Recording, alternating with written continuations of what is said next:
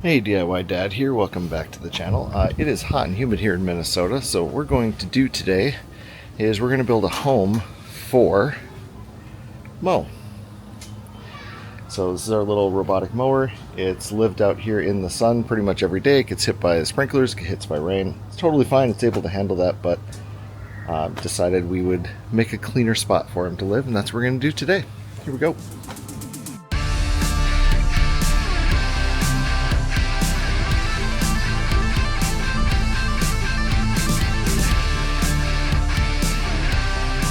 So this is Mo. He's our Mova Light-X Ultra 1000 that we've been doing a long-term demo on. And I kind of have been working on flower boxes and sort of getting the garden figured out here. So now it's time for Mo to have a more permanent home, which is what we're going to do. So I'm going to keep it pretty simple. Basic structure is going to kind of be like a doghouse, except we're going to do a kind of a slanted roof going off that way away from the house.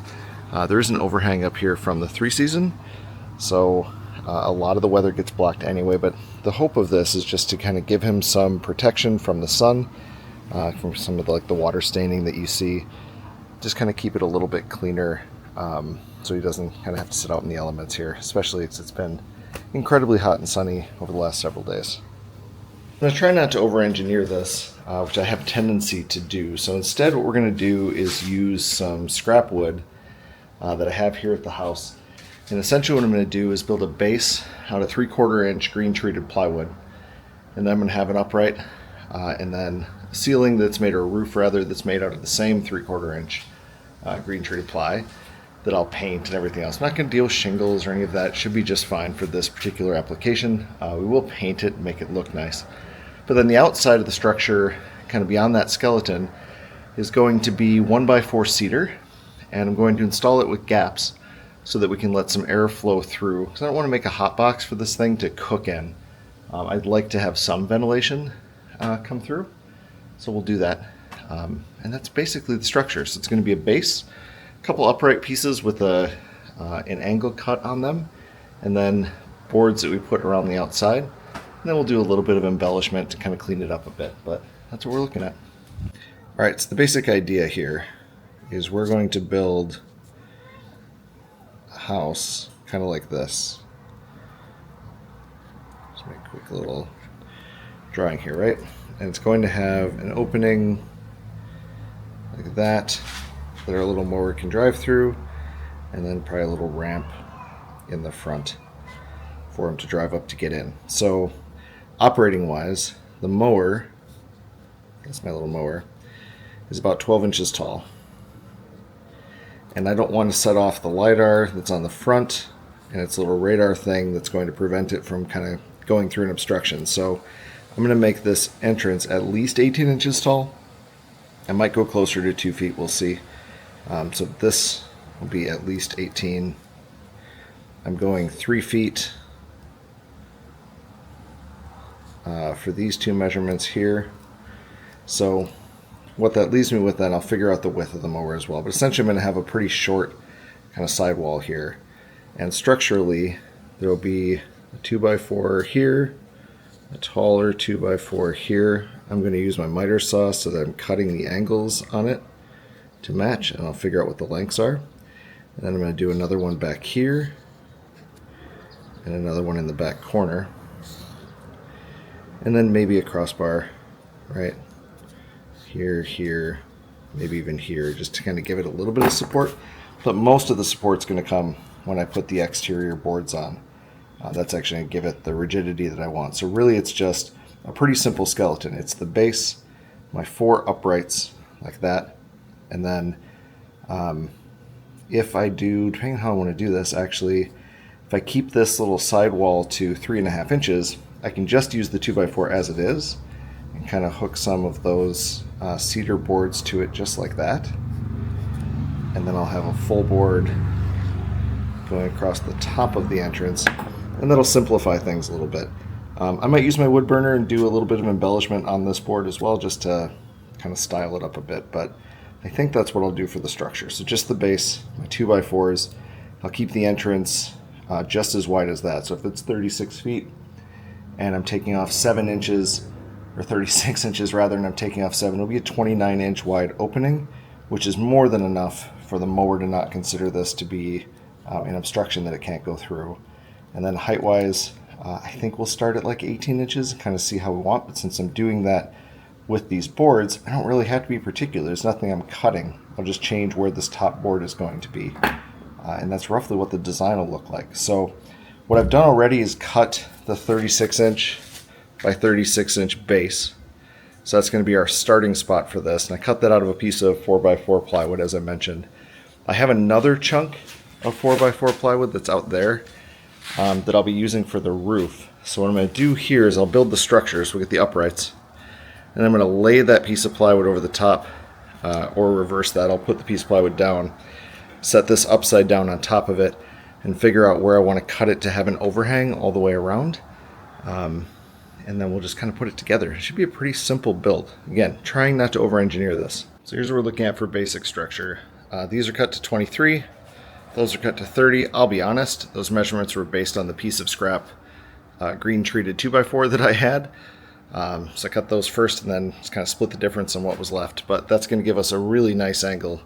So what I'm going to do next is grab a straight edge and I'm going to clamp it to these boards so that I can run and see what the angle will need to be to have it start there and end up there. So I'm just going to run a diagonal across and then I'll mark that and cut that, do the same on the back, and we'll have our angled piece to support our lid. Okay, so just like that, I've got my straight edge across the top, and that's going to give us our angle that we need to cut. So I'm going to go set my saw to whatever that angle is and cut the tops of these off, and then I'll do the same for the other two boards. Okay, my uprights are done. So I've got my angle cut across the top. So I'm going to screw these in through the bottom using coated screws for pressure treated wood. So this will all be secure. I'll do the same for the back too. And then, like I mentioned, we'll kind of lay the cover on to get a feel for how big the cover needs to be. And then that'll get screwed on as well. All of that's going to get painted black. And then the cedar is just going to be stained around it. So it should be a pretty nice look when it's all done. Uprights are attached and stable, so now what I'm going to do is lift all of this off my sawhorses, put my 4x4 piece down, flip this whole thing upside down over top of it so I can figure out what the overhang is going to look like. So I know this looks like I'm building the world's worst table, but this is the whole thing upside down. Essentially what I did is I'm running a 1-inch overhang on the back. This is the part that's going to be up against the 3 seasons, so it's completely covered by the overhang on the roof. And I want to be able to tuck it pretty close to that back wall. So I'm only going to run a 1-inch overhang on the back. But aside from that, I'm running a 2-inch overhang on the end, a 2-inch on this leading end, and then in the front, where it's going to overhang the door, I'm going to run a 3-inch just to give it a little bit more of kind of a significance to it. So knowing that these are 36 inches apart, I laid this and positioned it so I knew how far back it was going to be. And then I'm going to measure here. I'm going to come across 36 plus 1 for this overhang, so 37, plus 3 for this. So I'm going to come across to 40, which would be right here. And I'm going to mark this, and then I'm going to use my square, and I'll mark off the front as well. And then that's what I will cut with my skill saw for the roof. And then all this gets flipped back over, that gets attached, and then like I said, I'm going to paint this whole thing black, and then we'll deal with the cedar. So I'm going to get to work on all of that. I'll check back in once it's all assembled. So pre-painting, here's what we're looking at. So the roof's going to be across the top. I haven't bolted it down yet. I will. And then, like I said, I'll paint it black with some exterior paint. So you can see I've got a higher overhang on this side for the front. Sorry, the car is warming up and it's very hot today, so all the fans are running. And then the entry will be right here. So all of this will be cedared off like that. So here's our painted house as it exists so far. Paint is still wet, but it's just a semi-gloss black that I got from Lowe's. Went with the cheapest exterior option because this isn't like a main structure or anything. So the only other thing that I did with this is I did use my router just to round off these edges so that we get a smoother kind of corner. Where this sits, we've got a garden right next to it, so I wanted to make sure if somebody brushes against it, it's not going to like stab them with a nice sharp piece of plywood. So next step then, I'm going to let this dry, and then I'll grab the cedar. And for the cedar boards, I'm essentially just going to clad it, and as I mentioned, I'm going to leave a gap. So they're 1x4, so 3.5 inches tall. So I'll put one in, and then I'll leave some sort of a nominal 1/4 inch or so and build a gap around it for that. The front I'm probably not going to gap as much, so the front I'll go more kind of stack solid, but I want to leave the gaps on the side and the back so we can get some ventilation in there. But that's where we are right now. Thought we'd do a midpoint check-in here. So since this box is 3 foot by 3 foot, I'm using 6 foot cedar boards, and I'm cutting them roughly in half.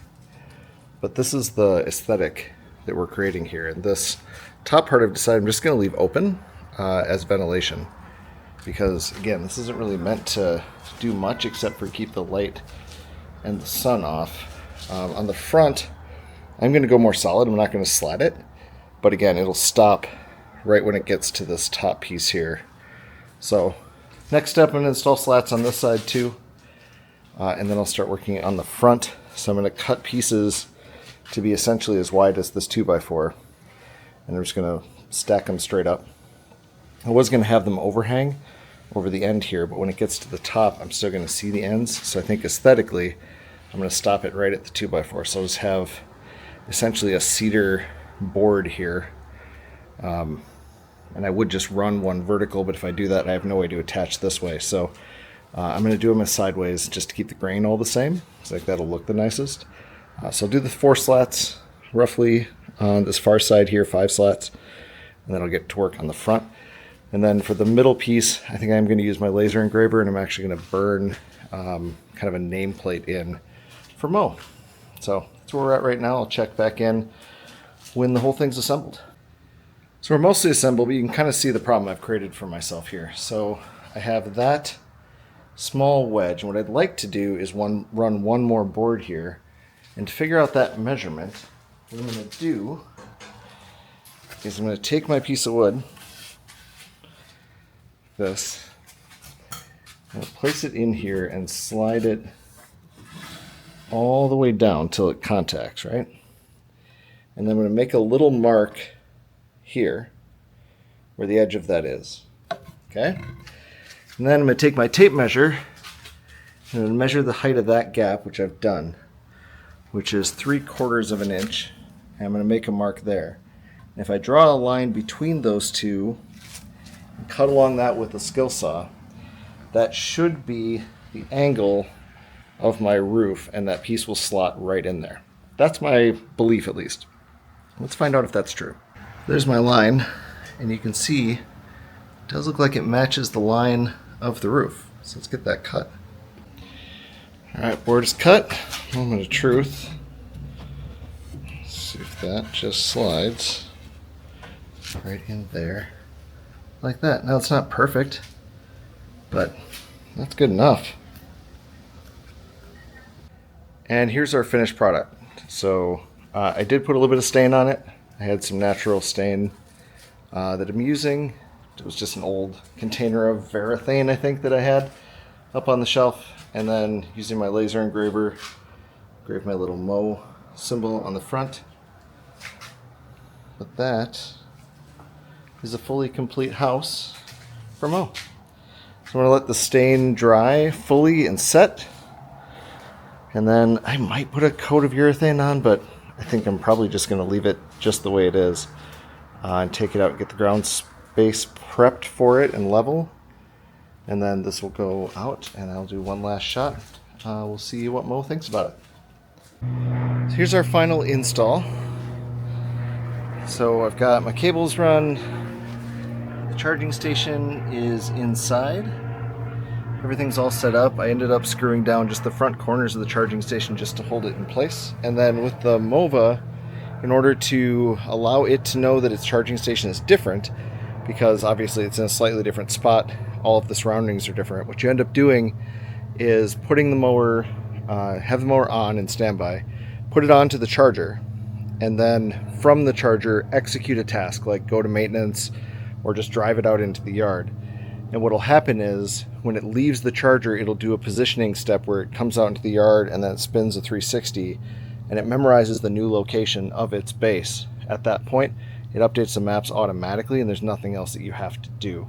So that's already been done, and the kids are going to come out in a second because they want to see if Mow likes his new home.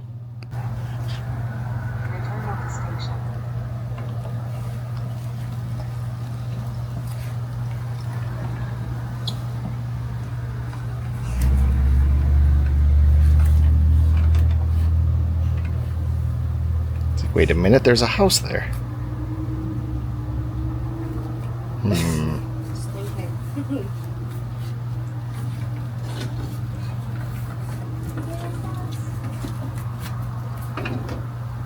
Start charging. I think he likes it, guys. What do you think? I like it. So yeah, all in all, pretty simple build. Not a lot to it. I didn't do specific plans or measurements on it because your design is obviously going to differ based on how big your mower is and how much room you need and what your aesthetic is. But fairly straightforward if you want to follow along with a build like this. That being said, this is the end of a DIY dad video, so I of course owe you a dad joke. So, did you hear about the guy who bought a brand new car and for the first 3 years didn't drive it at all? It was actually a neighbor of mine. I asked him, like, what's up with this? Why would you just, buy a car like that and just let it sit for 3 years? And he said it was all based on the financing. 36 months, 0% interest. All right, remember, with any DIY project, most important step is just do it. No one's going to see the flaws unless you point them out to them. Take care, stay safe, stay cool. I'm going to go inside to the air conditioning. We'll catch you all in the next one. See ya.